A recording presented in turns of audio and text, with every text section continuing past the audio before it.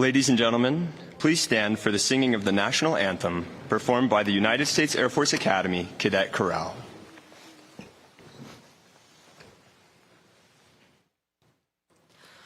Oh, say, can you see by the dawn's early light what so proudly we hailed at the twilight's last gleaming, whose broad stripes and bright stars through the perilous fight o'er the ramparts we watched were so gallantly streaming, and the rockets' red glare, the bombs bursting in air, gave proof through the night that our flag was still there. Oh, say does that star-spangled banner yet wave o'er the land of the free and the home of the brave?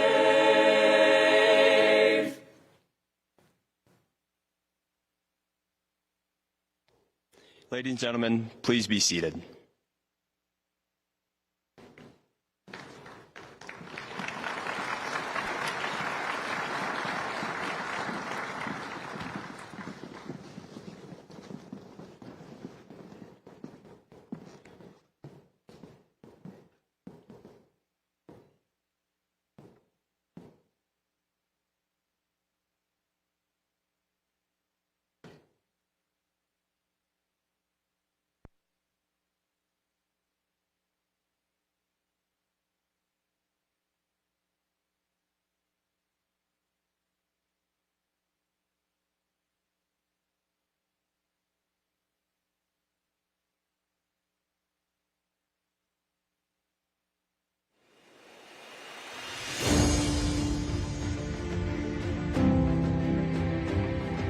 Integrity, service, excellence. We commit to our core values as cadets and leaders of character to prepare ourselves to make morally sound decisions in the face of adversity and to take charge and win, anytime, anywhere. At the National Character and Leadership Symposium, men and women from various walks of life endeavor to share experiences, engage in thought-provoking dialogue, and to broaden our perspective as we hone our leader of character effectiveness. We embrace the exploration of ideas and lean into difficult conversations. This year, we aspire to enhance our understanding of ethics and respect for human dignity. We will focus on developing as leaders of character who comprehend moral knowledge and ethical alternatives, respect the dignity of all persons we encounter, and use ethical judgment in moral decision-making. Our speakers will share their own experience with the implications of making ethical decisions, overcoming bias, and promoting inclusivity, among other important topics. NCLS provides a purposeful experience to develop enduring habits of thought and action. Our nation needs leaders of character who are equipped to respond to the complexity of today's world in a manner consistent with our core values of integrity first, service before self, and excellence in all we do. We invite you along on this journey as we aim to live honorably, lift others, and elevate performance. Ladies and gentlemen, welcome to the 29th National Character and Leadership Symposium, presented by your United States Air Force Academy.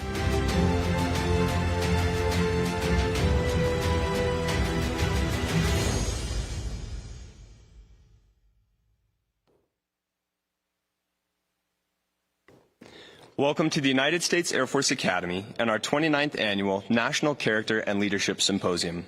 I'm Cadet First Class Conley Walters, the cadet in charge of this year's symposium and your MC for this morning's opening ceremony. The United States Air Force Academy is unique for many reasons, but what truly sets us apart is that we are held accountable for producing leaders of character who are ready to serve their country by living honorably, lifting others, and elevating performance. We do this through a broad, 4-year intentional course of instruction that gives cadets the tools and practice to lead at various levels. Each year, our institution takes pause to engage in meaningful dialogue relating to key cadet outcomes. We invite distinguished civilians and military leaders from diverse backgrounds and experiences to help facilitate these discussions. This year's NCLS theme is Ethics and Respect for Human Dignity. Over the next 2 days, you will hear inspiring stories that will augment your comprehension of moral knowledge and ethical alternatives, magnify your respect for the dignity of all persons you encounter, and refine your use of ethical judgment and moral decision-making. Though these sessions will certainly be entertaining, the next 2 days are a call to action. I challenge each of you to take the opportunity to reflect on what it means to value ethics and respect for human dignity as we strive to be ever more successful leaders. It is now time to thank our partners whose generous donations make NCLS possible. Will members of the following groups please stand and be recognized? Please hold applause until everyone is standing. The United States Air Force Academy, Class of 1959. Our flagship sponsor, the Class of 1973, the Class of 1974, the Class of 1977, the Class of 1993, the Association of Graduates, the Air Force Academy Foundation, the Falcon Foundation, the Muse Family Foundation, Lieutenant Colonel Retired Earl A. Enix, Class of 1977, and Mrs. Candy Enix, the Defense Orientation Conference Association, and other generous donors.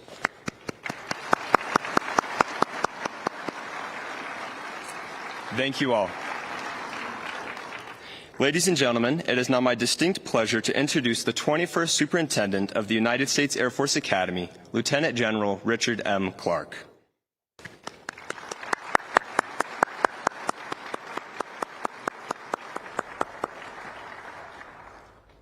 Going.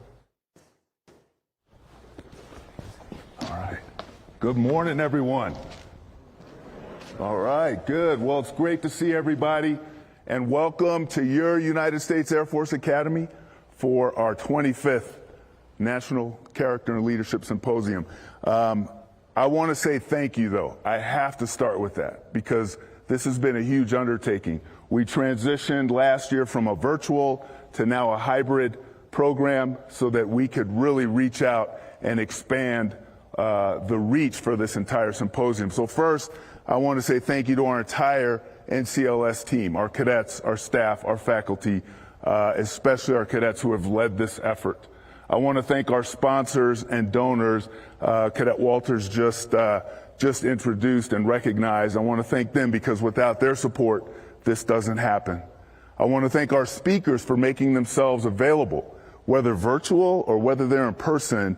That's what this is about. It's about the opportunity for them to share their experiences with us so we can grow. And then I want to thank you, our audience. Whether you're here virtually or in person, thank you for taking the time and your willingness to enrich yourselves and to take advantage of this amazing opportunity.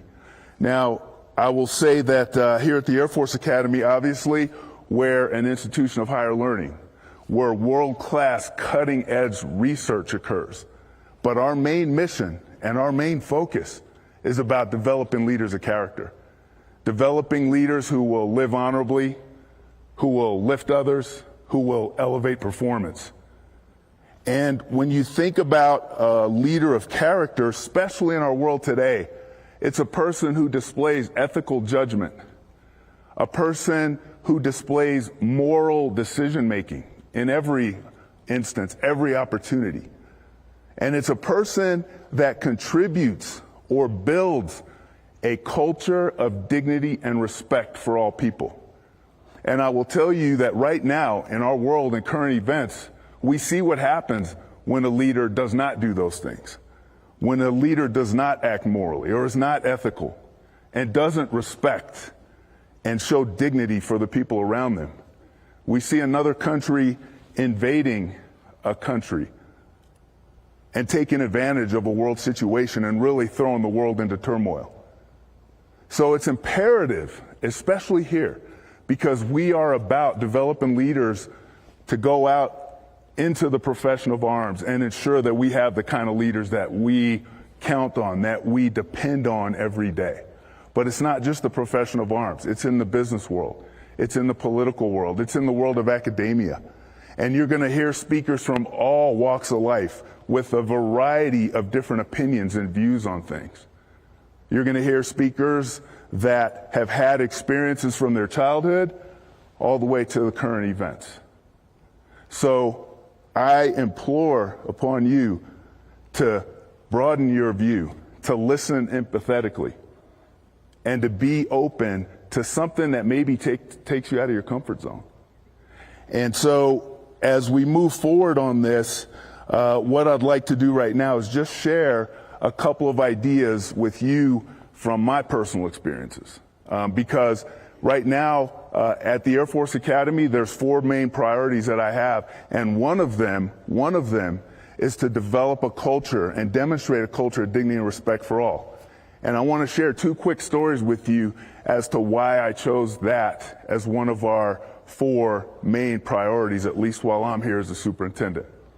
And the first one was while I was at pilot training. And as most of you know, and a lot of you are getting ready to find out, pilot training is a significant emotional event in your life. It was for me. It kind of shook me to my core at times because it's tough. It's tough. But when I first got to pilot training, I was in a class that wasn't an academy class. I was a bit off cycle because I stayed here at the academy for 10 months after graduation, and then I went to pilot training. So my class was predominantly people that weren't academy graduates. So I didn't know a lot of them. And one of the things that you do in pilot training is you get into a study group because it is a team effort. And study groups are critical and essential to success in pilot training. And so I was in a small study group with about 8 people, and one night one of our members of our study group invited us to go to their house and play some cards and just kind of hang out and relax. So the 8 of us are sitting around a table and we're just having a good time. And then our host, his wife brought out their new dog. And it was the cutest little dog you could ever want. And I said, "Hey, what's your dog's name?" And she said, "Dog's name Rudy." And I said, "Rudy, who's Rudy named after?" And she said, "Well, it's named after the little girl on the Cosby Show, because we don't have any kids, but if we did, we would name our daughter Rudy, but we named our dog Rudy." And I thought, oh, that's pretty cool. And without missing a beat, one of the guys sitting at the table said, "You named her Rudy. Why'd you name her after her? She's just an ugly old N-word." And I'm sitting at the table, only black man sitting at the table. I'm the only black person in our class, and he used the N-word while I was sitting right there. And you can imagine what went through my mind. The first one was homicide. I didn't do it because I'm standing here right now, but I came out of my seat and I said, "Are you kidding me? I'm sitting right here and you're going to say that?" And he goes, "Oh, come on. It wasn't that bad. Don't overreact." And I couldn't believe it. And I felt this heat coming up my head, and I knew something bad was about to happen.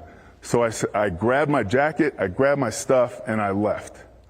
And when I left, the thing that hit me the hardest, even harder than him saying it, was that nobody else said anything about it. Nobody else reacted.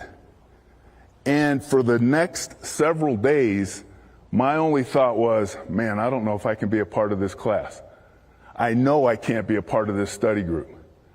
Detrimental to my success in pilot training. And I just alienated myself, took myself out of the study group. I was like, I'm on my own here. Until 2 members who were sitting at the table came up to me and said, "Hey man, I'm sorry that happened. We talked to him. We want you to come back into our study group." And I said, "I can't come into the study group with him. And they said, don't worry, he won't be there. He's not in our study group anymore. But we want you in our study group. You need to be in our study group. And they pulled me back in. And they stepped up. And they showed me that I wasn't in this alone. They showed me that they were willing to stand up and be courageous and be leaders who demonstrate a culture of dignity and respect, who are willing to do the ethical thing. And I will tell you the truth, if they hadn't done that, I probably wouldn't be standing here right now. I probably wouldn't have got through pilot training. I know I wouldn't have, not on my own, because I made it by that much anyway. Any change would have derailed me. But those guys made it happen. So sometimes it's not even as much about that person that's not doing the right thing. It's about the people who do the right thing, the people who are willing to stand up. That's who we need to be. Now, let me fast forward to another situation about 17 years later. I'm a squadron commander in the desert, waiting for our squadron. I was a B-1 pilot. We had a squadron of B-1s, 24 B-1s, sitting in the desert, waiting for combat. 2 days. And one of my jobs as a squadron commander was to build our crew lineup, right? The B-1 has 4 people on each crew, and I had built the lineup, and we were ready to go, just waiting for the word from the president to start combat operations.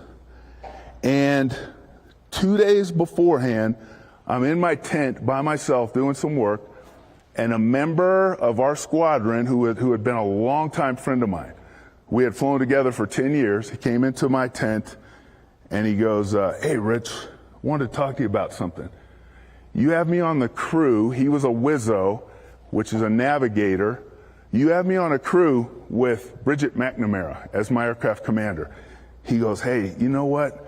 I'm not all about this women in combat thing.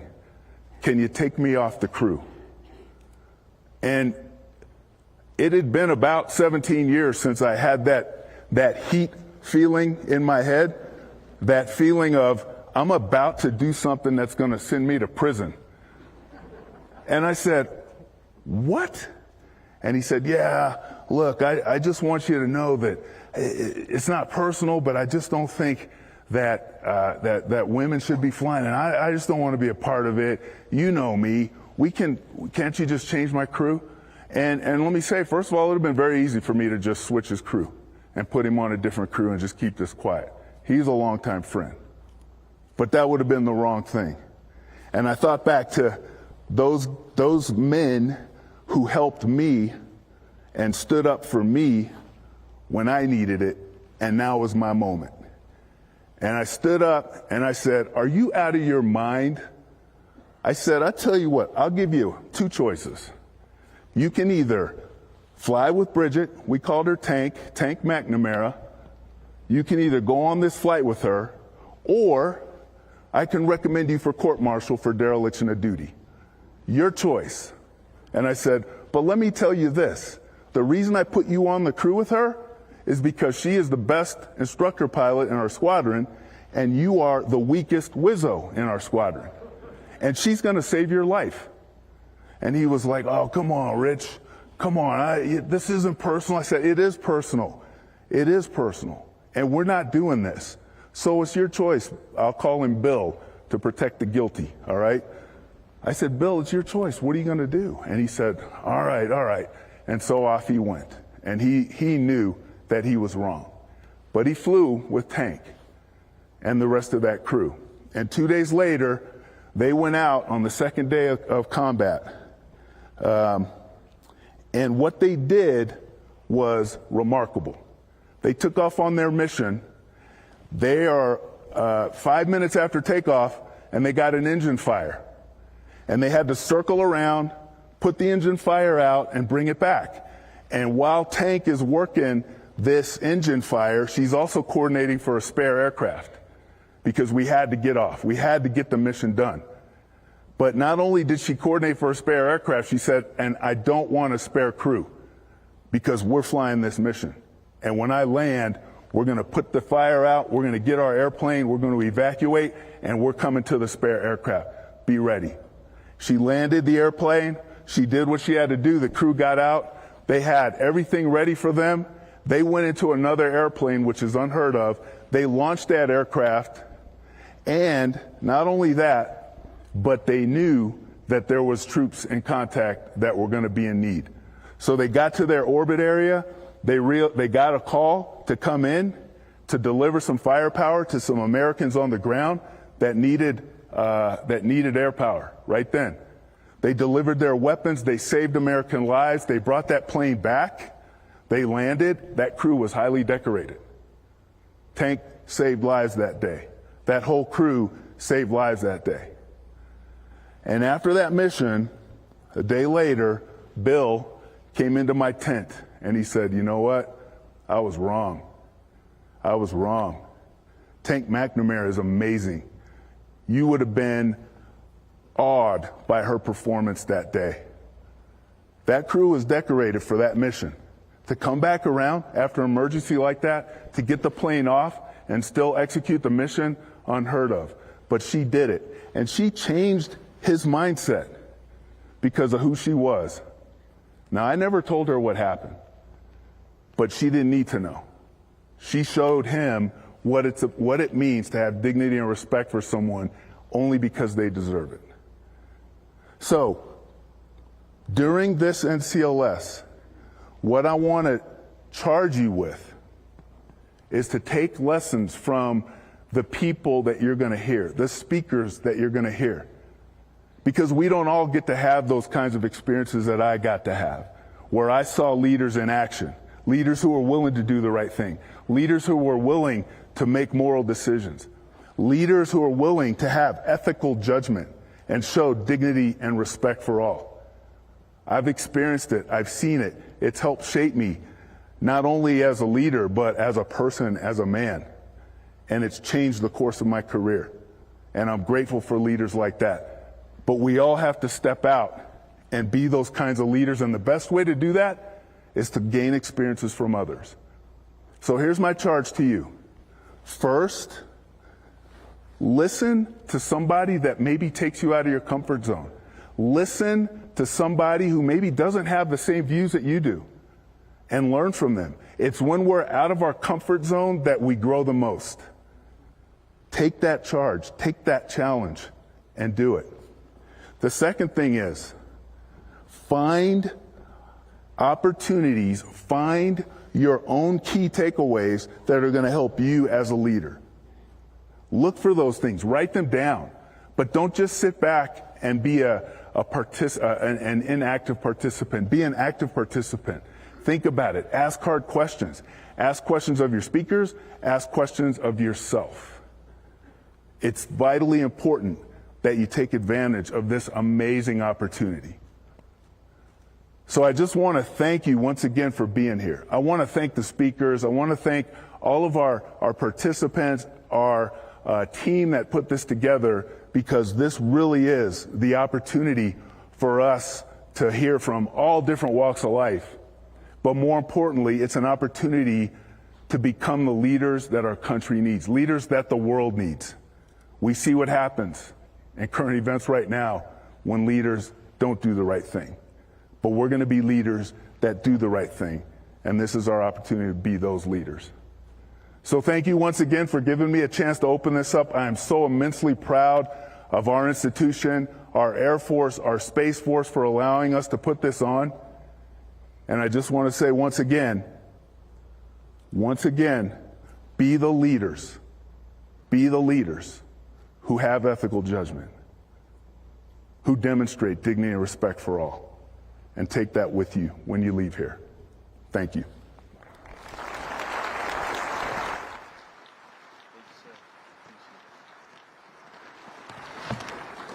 General Clark, on behalf of the Cadet Wing and NCLS staff, thank you for getting us started in this year's NCLS. This is going to be an incredible event. I encourage you all to hear the calls to action, to strengthen and challenge yourselves over the next 2 days, and then to respond with action. Take advantage of this incredibly unique opportunity. If you have not done so already, we encourage you to download the NCLS app for the most up-to-date NCLS information. The app will be helpful to access the schedule, maps, transportation details, and speaker information. You may also use the app to nominate future NCLS speakers and provide feedback at the close of your NCLS 2022 experience. This concludes the opening ceremony. Please enjoy your time here at the United States Air Force Academy and the 29th Annual National Character and Leadership Symposium. Thank you.